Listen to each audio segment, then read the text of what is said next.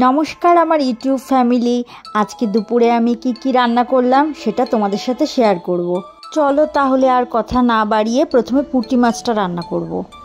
পুঁটি মাছ আর খাসির মাংসটা ধুয়ে নিয়ে নুন, হলুদ, লঙ্কার গুঁড়ো, সর্ষের তেল মাখিয়ে নেব।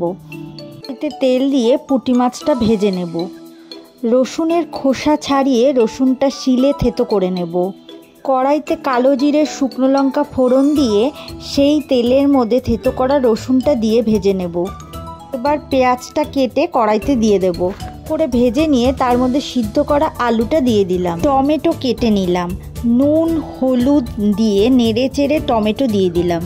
1 চামচ কালো সর্ষে শিলে বেটে নেব, নুন, হলুদ আর 2টো লঙ্কা দিয়ে। সর্ষে বাটাটা কড়াইতে দিয়ে তারপরে জল দিয়ে মাছ দিয়ে ফুটিয়ে নিলাম। তার মধ্যে 1 চামচ চিনিও দিয়ে দিয়েছি। এবার মাংস রান্নার জন্য আদা রসুন বেটে নেব।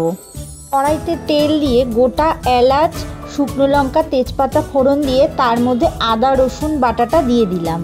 পেঁয়াজ ঘষে নিলাম। এবার পেঁয়াজটা দিয়ে দিলাম কড়াই, টমেটো কুচি দিয়ে দিলাম, জিরার গুঁড়ো দিয়ে দিলাম আর মাংসটা দিয়ে কষাতে লাগলাম। কড়াইতে তেল দিয়ে আলুটা ভেজে নেব। আলুটা কষানো হয়ে গেলে প্রেসারে দিয়ে দিলাম আর 3টে সিটি দিয়ে নামিয়ে নিলাম। একটা বাটিতে ঘি আর গরম মশলা একসাথে মিশিয়ে মাংসর মধ্যে ঢেলে দিলাম। আজকে দুপুরের রান্নাটা হয়ে গেল।